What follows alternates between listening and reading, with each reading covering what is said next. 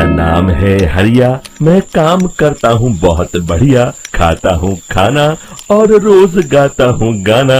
अरे यार, आज तो बहुत देर हो गई। इस खतरनाक जंगल को देखकर तो मेरे हाथ पैर ठंडे हो गए हैं। अगर मैं वक्त पर गांव नहीं पहुंचा तो मालिक बहुत नाराज हो जाएंगे। तभी हरिया को एक आवाज सुनाई देती है। सुनिए हरु जी। अरे, ये आवाज किसने दी? तभी हरिया को सामने कुछ दूर एक औरत खड़ी दिखाई देती है। अरे भाई, ये औरत अकेली इतनी रात को इस जंगल में क्या कर रही है? चलकर पूछना पड़ेगा। फिर हरिया अपनी बैलगाड़ी उस औरत के सामने लाकर रोक देता है और उससे पूछता है। अरे सुनिए, आप इतनी रात को इस खतरनाक जंगल में अकेली क्या कर रही हैं? तभी वो औरत मीठी आवाज में कहती है। अरे हरु जी, आप आ गए। मैं कब से आपका इंतजार कर रही थी। वैसे तो यहाँ से काफी लोग गुजर चुके हैं, लेकिन मैं खास आपका इंतजार कर रही थी। अच्छा, तुम सच कह रही हो? मुझे तो यकीन नहीं हो रहा है। वो क्या है ना, आज तक किसी ने मुझसे इतने प्यार से बात नहीं की। हाँ हाँ हरु जी, मैं सच कह रही हूँ। अब देर मत करिए और जल्दी से मुझे मेरे घर तक छोड़ दीजिए।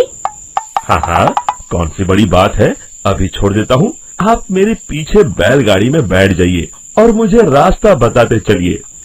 फिर वो औरत हरिया की बैलगाड़ी में बैठ जाती है और हरिया बैलगाड़ी हाँकता हुआ आगे चल पड़ता है। फिर उस औरत के बताए हुए रास्ते पर चलते चलते हरिया बैलगाड़ी लेकर एक काली गुफा के आगे आकर रुक जाता है। हरिया उस औरत से पूछता है। हाँ देवी जी, आपका घर कहाँ है? यहाँ तो एक गुफा के अलावा और कुछ नहीं है। तभी अचानक वो औरत हवा में उड़ने लगती है। देखते ही देखते उसका सुंदर रूप एक डरावनी चुड़ैल में बदल जाता है और वो जोर जोर से हंसती है। अरे तू तो एक नंबर का बेवकूफ निकला। तू तो बड़ी आसानी से मेरी बातों में आ गया। अरे मर गया रे, ये तो एक चुड़ैल है। हे भगवान बचा ले, ये तो बड़ी डरावनी दिखाई दे रही है। और फिर अगले ही पल हरिया की बैलगाड़ी में रखा सारा सामान हवा में उड़ता हुआ उस काली गुफा के अंदर चला जाता है और वो चुड़ैल भी उस गुफा के अंदर जाकर कहीं गायब हो जाती है। हरिया ये नजारा देख बुरी तरह घबरा और परेशान हो जाता है। अरे, ये चुड़ैल तो मेरा सारा सामान लेकर गुफा में गायब हो गई। अब क्या होगा? अगर मैं गांव खाली हाथ गया तो मालिक मेरी अच्छी खबर लेंगे। मेरी इस बात का कोई यकीन भी नहीं करेगा। फिर आखिर वही हुआ। हरिया के मालिक चंपक सेठ को हरिया की किसी भी बात पर रत्ती भर भी यकीन नहीं हुआ। चंपक सेठ को लगा हरिया झूठ बोल रहा है और उसने ही लालच में आकर सारा सामान हड़प कर लिया है। फिर हरिया को बेईमान समझकर चंपक सेठ उसे काम से निकाल देता है।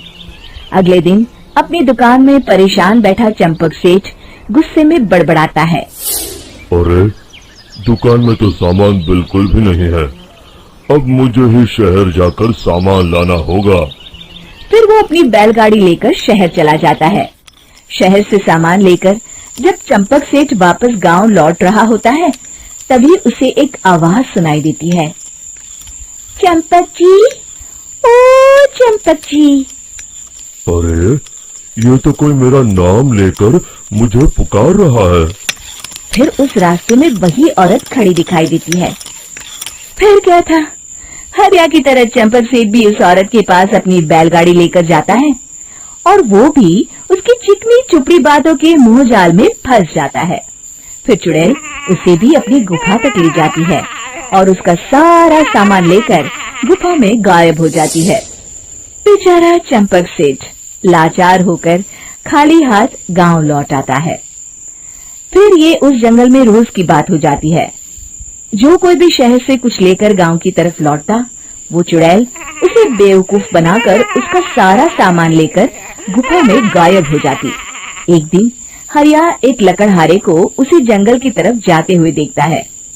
फिर हरिया उसे रोकते हुए कहता है, अरे भाई, क्यों अपनी मौत को दावत दे रहे हो?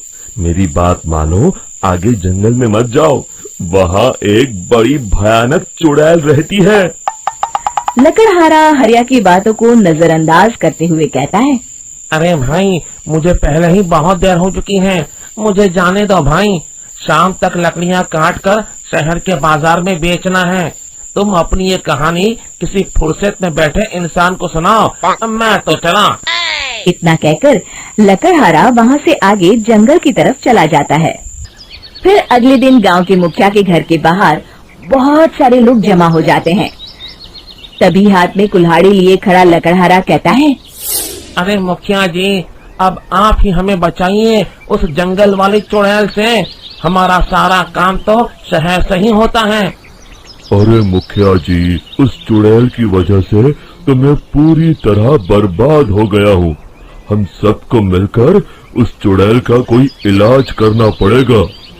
तभी भीड़ में खड़ा बीरा कहता है, आप लोग चिंता मत करिए, कल से वो चुड़ैल किसी को नहीं लूट पाएगी। मेरे पास एक बहुत अच्छी तरकीब है। तभी चंपक सेठ उसका मजाक उड़ाते हुए कहता है, अरे तेरा नाम बीरा है तो क्या हुआ? तूने अभी उस चुड़ैल को देखा नहीं है? जाकर अपना काम कर, बड़ा आया। तब मुखिया जी कहते हैं, नहीं चंपक सेठ, मुझे लगता है हमें इस लड़के को एक मौका देना चाहिए। फिर सभी गांव वाले मुखिया जी की बातों से सहमत हो जाते हैं और वीरा शाम को एक बैलगाड़ी में कुछ सामान लाद कर उस जंगल की ओर चल देता है। वीरा, ओ वीरा, कहाँ जा रहा है? तभी वीरा मुड़ के देखता है, वही चुड़ैल एक औरत के रूप में खड़ी है। अरे बहन जी, मैं आपको ही ढूंढ रहा था। देखिए, मैं आपके लिए क्या लाया हूँ। अरे वाह, तो खुद मेरे लिए इतना सामान लाया है। तू ही अकेला गांव में समझदार है। जरा देखो, मैं भी खोल के, बड़े भूख लगी है। जैसे ही चुड़ैल उस सामान पर से कपड़ा हटाती है, एक भगवान शिव की तेज रोशनी उसके अंदर मूर्ति से निकलती है और चुड़ैल अपने असली रूप में आकर जलने लगती है। अरे मैं जल रही हूँ, बचाओ! बचाओ! ओम नमः शिवाय, मर गई मैं! देखते ही देखते वो चुड़ैल राख के साथ उड़ जाती है और सभी गांव वाले भी वहां आ जाते हैं। शिक्षा बुराई पे सदा अच्छाई की ही जीत होती है।